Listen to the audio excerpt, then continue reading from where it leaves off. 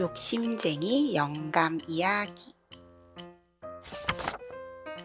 옛날 어느 마을에 인색하기로 유명한 남자가 살고 있었어요. 남자는 어찌나 인색한지 혼인을 하게 되면 입이 는다는 이유로 혼인도 하지 않았죠. 하지만 시간이 흐르자 남자도 혼인을 하기로 마음을 먹었어요. 입이 작으면 밥을 많이 먹지 못하겠지?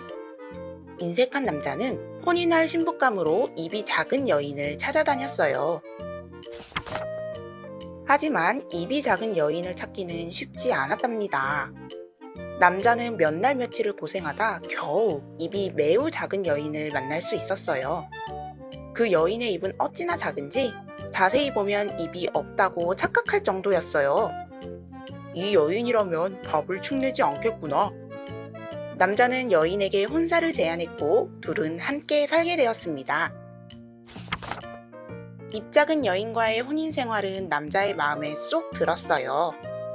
여인은 밥을 거의 먹지 않는 데다가 힘도 장사라 힘든 집안일을 척척 해냈거든요. 부족한 일손은 채워지고 먹는 입은 늘지 않으니 남자의 오랜 소원이 이루어진 거죠.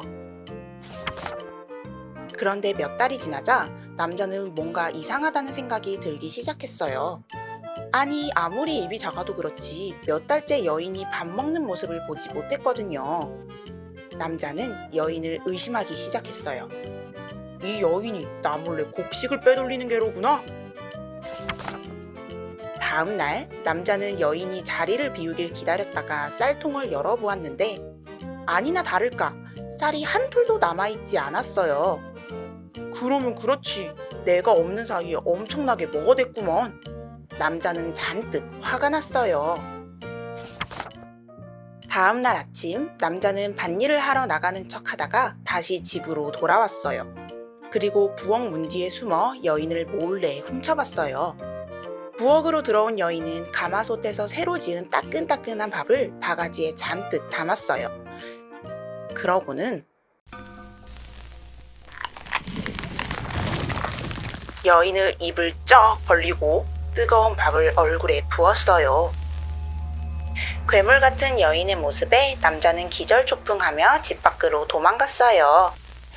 산속으로 도망간 남자는 평생 전전긍긍하면서 살았고 여인은 어디론가 사라져버렸다고 합니다. 자, 오늘의 책 읽기는 여기서 끝! 이제 늦었으니까 얼른 코 자야지.